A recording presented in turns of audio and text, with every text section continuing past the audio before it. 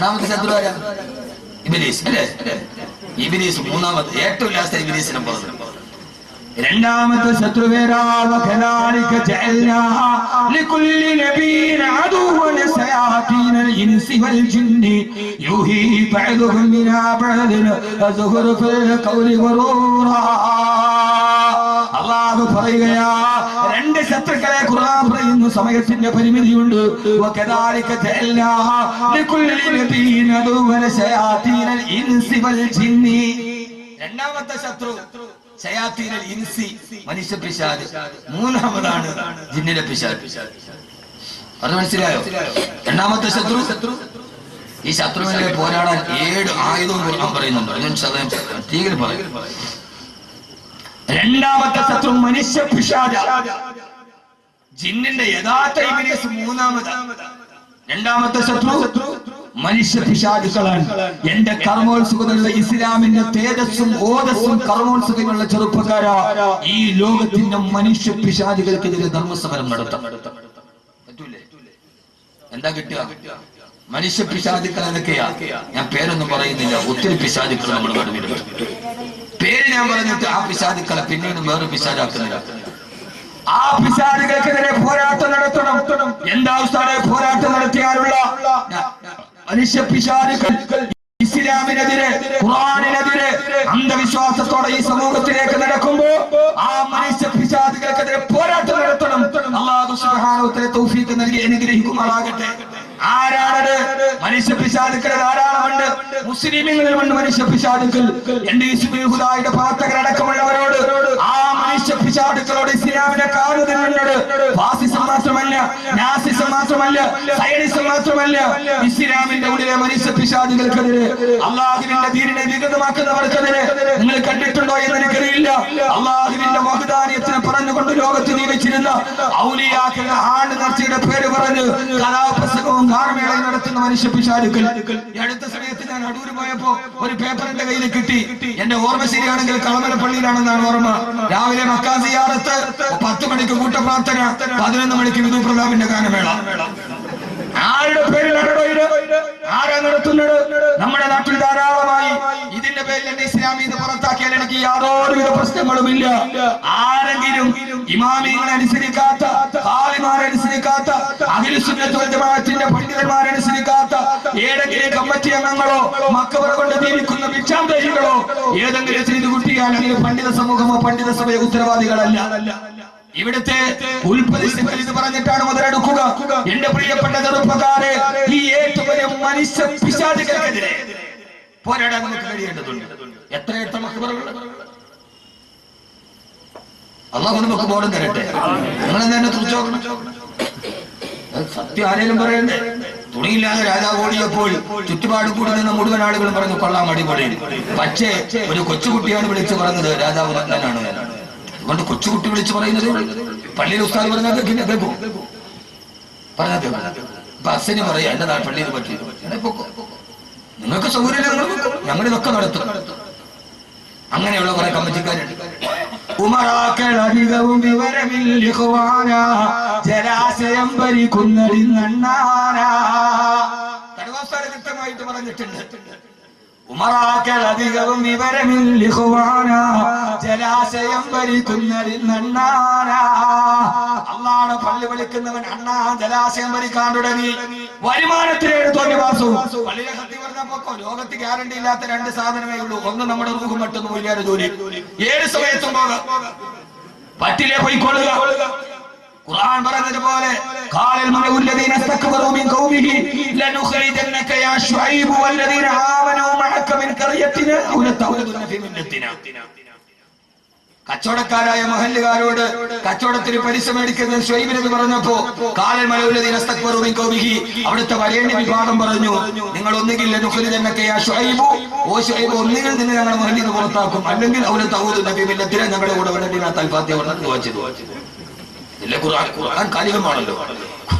ഏതിന്റെയും അർത്ഥം അങ്ങനെ തന്നെയാണല്ലോ.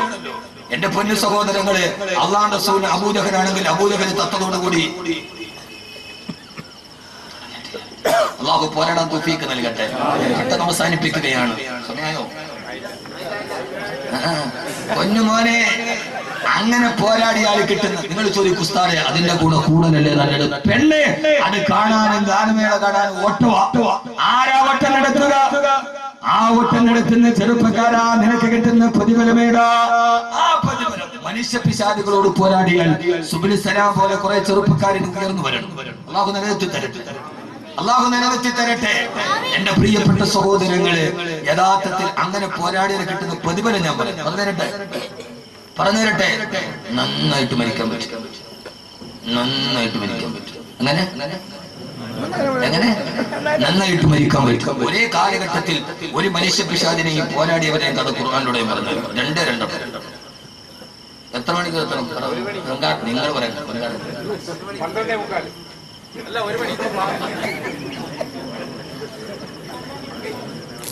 അഭിപ്രായ വ്യത്യാസം കാരണം തീരുമാനം പോളിറ്റ് ബ്യൂറോയ്ക്ക് ഞാൻ തന്നെ ആ സമയത്താണ് നിങ്ങൾ ഇവിടേക്ക് ഗൗരവത്തോടെ ഇനി കേൾക്കുക. ആ സമയത്താണ് ഒരേ കാലഘട്ടത്തിലെ മനുഷ്യ പിശാചുക്കളും പോരാട്ട വീര്യം നടത്തി സമരപ്പറമ്പിലെ ഏറ്റവും വലിയ ആദർശത്തിന്റെ കാവളം മുടക്കി ആധുനിക ലോകത്തിന്റെ ആദർശത്തിന്റെ വക്താക്കളുടെ കഥ പറയുമ്പോ നിങ്ങൾക്കറിയുമല്ലോ, ലോകം കണ്ട ഏറ്റവും വലിയ മനുഷ്യ പിശാചാണ്, ലോകത്തിലെ ഏറ്റവും വലിയ മനുഷ്യ പിശാചാണ്. ആ പിശാചിനെ കാണാനാ പോയി. ഈജിപ്തിലുണ്ട്, അയാളെ കാണാൻ പോയി. ഈജിപ്തിലെ നാഷണൽ മ്യൂസിയം മുഴുവനും കാണാൻ $2 മതി. ഈ പിശാചിനെ കാണാൻ $20.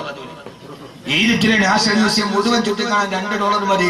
ഈ പിശാചിനെ കാണാൻ $20 വേണമെന്ന് പറഞ്ഞ എന്റെ കാവൽക്കാരൻ. ഞാൻ പോയി കണ്ടു.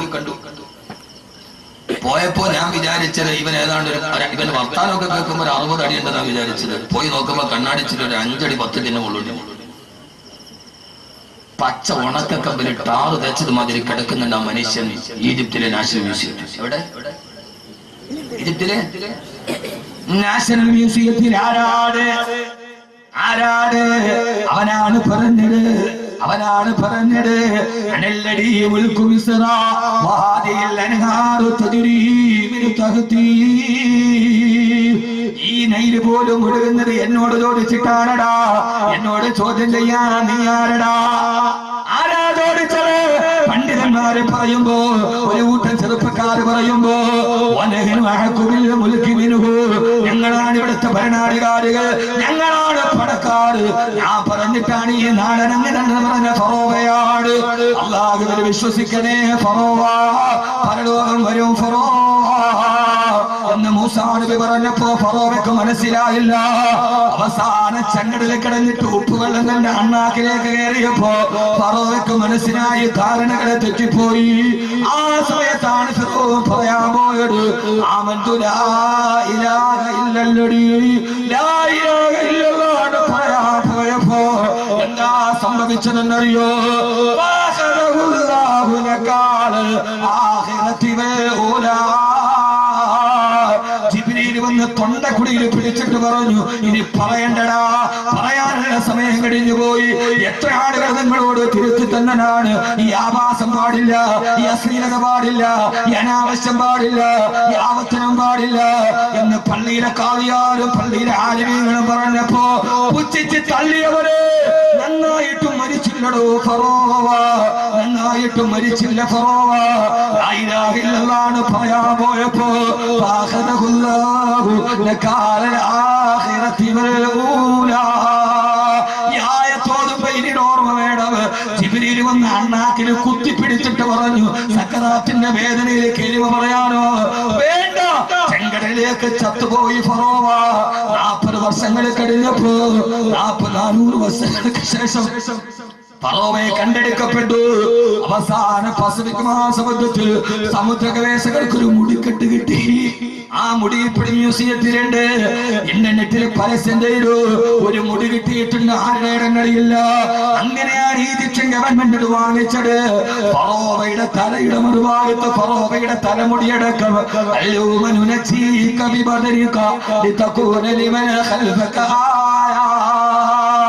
ലോകത്തിന്റെ ധിക്കാരികൾക്ക് പാഠമായി ഫറോവയെ കണ്ണാടി കൂട്ടി കിടക്കുന്നുണ്ട് വിശുദ്ധ ഖുർആൻ. ഫറോവ ചത്തത് ഏറ്റവും ഭീകരമായ മരണമാണ്. എന്നാൽ ഈ മനുഷ്യ പിശാചിനെതിരെ പടനയിച്ച ആളാണ് ബഹുമാനപ്പെട്ട കലീമുല്ലാഹി മൂസ. പറ മനസ്സിലാവുന്നുണ്ടോ ഞാൻ പറയുന്ന വിഷയം? മനസ്സിലാവുന്നുണ്ടോ? ഇവിടെ പിശാച്, ഇവിടെ മൂസ. നമ്മൾ ആരാവണം? കാലത്തിന്റെ മൂസ. നമ്മൾ ഫിറൗനാവരുത്. നമ്മളിപ്പോഴും ആരാ? നമ്മള് ഫിറൗൻ. ആരടാ? ഞാൻ ആദ്യം പറഞ്ഞ ആളാരാ? ഫറോവേ. ഇപ്പൊ നമ്മളാരാ? എനിക്കപ്പുറത്തേക്ക് ആരാ? ഉയരാണെങ്കിൽ മുക്കറിയാണെങ്കിൽ ദേവാലയത്തിന് മത്താഫി തവാഫി ഉംറയുടെ വസ്ത്രം ഇട്ടായിരുന്നു, ഇഹ്റാമിന്റെ വസ്ത്രം. രണ്ട് ആചാര്യന്മാർ ഒരു വഴക്കുണ്ടായി. പോയ പള്ളിയിൽ അമീറായ ഉസ്താദ് പറഞ്ഞു, വഴക്കുണ്ടാക്കല്ലേ, ഹറമാണ്, വൃത്തിരിക്കുന്ന വസ്ത്രം മതി. എന്തോന്ന് ഹറം? അവിടെ ചെന്നാലും നമുക്കൊന്നും പാടില്ല. ഈ അനാനിയത്ത് പറഞ്ഞാൽ എന്നതിന്റെ അർത്ഥം എന്താ? ആ ഹജ്ജിന് പോയ ആള് അവൻ പള്ളിയിൽ വെള്ളിയാഴ്ച പൊക്ക് പൊക്കണ ആള്. അവിടത്തെ ഫറോവേ ഫിറൗൻ അബൂജഹലും ചത്തെങ്കിലും ലോകത്ത് പിന്നെയും വരൂല്ലേ? വരുമോ?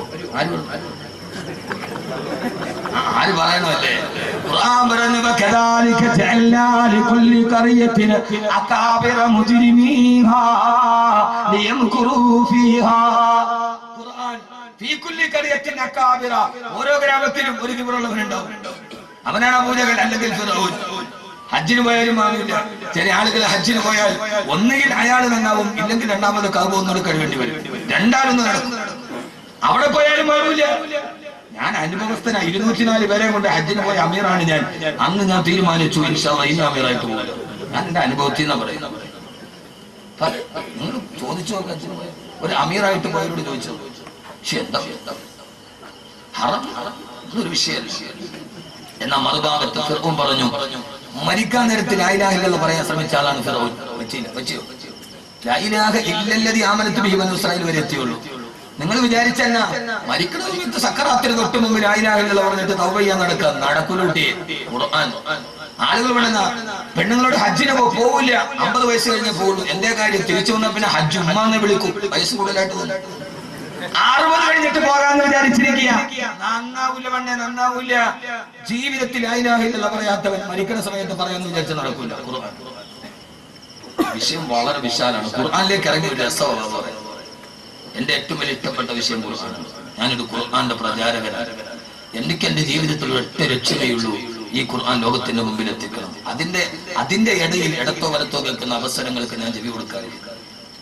അതിന്റെ ഇടയിൽ ആ ലക്ഷ്യത്തിലേക്കുള്ള പോക്കിന്റെ ഇടയിൽ ഇടത്തുനിന്നും വലത്തുനിന്നും കേൾക്കുന്ന അവശബ്ദങ്ങൾക്ക് ഞാൻ ചെവി കൊടുക്കാറില്ല. ചാലിയത്തെ അഹമ്മദ് കോയ ശാരിയാത്തയുടെ ലൈബ്രറിയുടെ മുകളിൽ ഒരു വലിയ ക്ലോക്ക് ഉണ്ട്. അതിന്റെ താഴെ ഇംഗ്ലീഷ് കവിയായ റോബർട്ട് ഫ്രോസ്റ്റിന്റെ ഒരു കവിത എഴുതി വെച്ചിട്ടുണ്ട്. ജവഹർലാൽ നെഹ്റുവിന്റെ മേശപ്പുറത്ത് പോലെ കവിത ഉണ്ടായിരുന്നു. അനക്കമറ്റു നിദ്രയിൽ ലയിപ്പതിന് മുമ്പതായി എനിക്കതീവ ദൂരമുണ്ട് വിശ്രമം നടക്കുക. എന്നെ 3 വെള്ളത്തുണിയിൽ പൊതിഞ്ഞ് എന്റെ വീടിന്റെ മുറ്റത്ത് വെക്കുന്നതിന് മുമ്പ് എനിക്ക് നടന്നു നടക്കാൻ കുറെ പാതകളുണ്ട്. ഞാൻ ആ പാതയിലോട്ടുള്ള നടത്തത്തിലാണ്. ഞാൻ ലക്ഷ്യം വളരെ ദൂരെയാണ്. ദൂരെയുള്ള ലക്ഷ്യത്തിലേക്ക് നടക്കുമ്പോൾ ഇടതുഭാഗത്തോ ഇപ്പുറത്തോ ഇരുന്ന് അപശബ്ദം കേട്ടാൽ കുരച്ച നായോടും കടിച്ച പൂച്ചയോടും വർത്താനം പറഞ്ഞാൽ നമുക്ക് ലക്ഷ്യത്തിലെത്താൻ കഴിയില്ല. അതുകൊണ്ട് ഞാൻ മറുപടി പറയാറില്ല. ആ മറുപടി പറയാൻ നമുക്ക് സമയം, നമ്മൾ ലക്ഷ്യത്തിലെത്തില്ല. അത്രയും സമയം നമ്മൾ പിന്തിപ്പോകും. അല്ലാഹു നമ്മളെ ലക്ഷ്യത്തിലെത്തിക്കട്ടെ.